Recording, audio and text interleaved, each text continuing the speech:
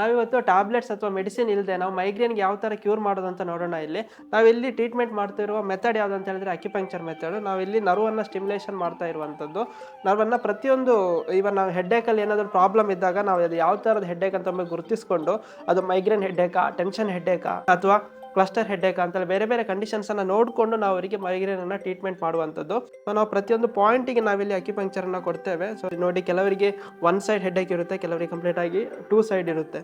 ಕೆಲವರಿಗೆ ಅಗ್ರಿವೇಟ್ ಆಗೋ, ಕೆಲವರಿಗೆ ಜರ್ನಿ ಮಾಡಿದಾಗ, ಕೆಲವರಿಗೆ ಊಟ ಬಿಟ್ಟಾಗ, ಕೆಲವರಿಗೆ ಪೀರಿಯಡ್ಸ್ ಟೈಮಲ್ಲಿ ಫೀಮೇಲ್ಸ್ಗೆ ಮೇನ್ ಆಗಿ, ನಂತರ ಕೆಲವರಿಗೆ ನೀರು ಕಮ್ಮಿ ಕುಡಿದಾಗ, ಕೆಲವರಿಗೆ ಫುಡ್ ಡಿಲೇ ಆದಾಗ, ಬೇರೆ ಬೇರೆ ಕಾರಣದ ಗ್ಯಾಸ್ಟ್ರಿಕ್ ಪ್ರಾಬ್ಲಮ್ ಇದ್ದಾಗ, ಟೆನ್ಷನ್ ತಗೊಂಡಾಗ ಅಂತ ಬೇರೆ ಬೇರೆ ಕಾರಣಕ್ಕೆ ನಮಗೆ ಮೈಗ್ರೇನ್ ಶುರುವಾಗುವಂಥದ್ದು ಇರುತ್ತೆ ಅಥವಾ ಹೆಡ್ಡೇಕ್ ಶುರುವಾಗುವಂಥದ್ದು ಇರುತ್ತೆ. ನಾವು ಅವ್ರದ್ದು ಪ್ರಾಪರಾಗಿ ಕೇಸ್ ಹಿಸ್ಟ್ರಿಯನ್ನು ನೋಡಿಕೊಂಡು ಅವರ ಕಂಪ್ಲೇಂಟ್ಸನ್ನು ಕರೆಕ್ಟಾಗಿ ಕೇಳಿಕೊಂಡು ನಾವು ಅವರಿಗೆ ಟ್ರೀಟ್ಮೆಂಟ್ ಮಾಡುವಂಥದ್ದು. ಸೊ ನಾವಿಲ್ಲಿ ಒಂದೊಂದು ಪಾಯಿಂಟನ್ನು ಕೊಟ್ಟಿರ್ತೇವೆ. ಇಲ್ಲಿ ಮೇಲ್ಗಡೆ ಇರೋ ಪಾಯಿಂಟ್ ನಮ್ಮದು ಮೇಲೆ ಟ್ರೈಜೆಮಲ್ ನರ್ವ್ ಮತ್ತು ಆಸಿಪಿಟಲ್ ನರ್ವ್ ಅಂತ 2 ನರ್ವ್ ಬರ್ತದೆ. ಅದ್ರ ಮೇಲೆ ನಾವು ಕೊಡುವಂಥ ಒಂದು ಪಾಯಿಂಟು. ಅದಾದ ನಂತರ ನಾವು ಈ ಸೈಡಿಗೆ ಕೊಡೋದು, ನಾವು ಸ್ಟಮಕ್ ಏಟ್ ಅಂತ ಕರಿತೇವೆ. ಇದೇ ರೀತಿ ಬೇರೆ ಬೇರೆ ಬೇರೆ ರೀತಿಯ ಪಾಯಿಂಟನ್ನು ಕೊಡ್ತೇವೆ ಅವರ ಕಂಡೀಷನ್ಸಿಗೆ ಅನುಗುಣವಾಗಿ. ಮತ್ತು ನಾವು ಇದನ್ನು ಸ್ಟಿಮ್ಯುಲೇಟ್ ಮಾಡ್ತೇವೆ ಯೂಶ್ವಲಿ. ಸೊ ಈ ರೀತಿ ಮಾಡಿದಾಗ ಏನಾಗುತ್ತೆ ಅಂದರೆ ಆ ಏರಿಯಾಕ್ಕೆ ಬ್ಲಡ್ ಸರ್ಕ್ಯುಲೇಷನ್ ಜಾಸ್ತಿ ಆಗೋದಾಗಲಿ ಮತ್ತು ಮುಂಚೆ ಕಾಣಿಸ್ಕೊಂಡ ಮೈಗ್ರೇನ್ ಕ್ರಮೇಣ ಕಡಿಮೆ ಆಗ್ತಾ ಬರುವಂಥದ್ದು ಮೇನಾಗಿ ನಾವು ಈ ಟ್ರೀಟ್ಮೆಂಟಲ್ಲಿ ಅಕ್ಯುಪಂಕ್ಚರ್ ಟ್ರೀಟ್ಮೆಂಟಲ್ಲಿ ಕೊಡ್ತಿರೋ ಉದ್ದೇಶ.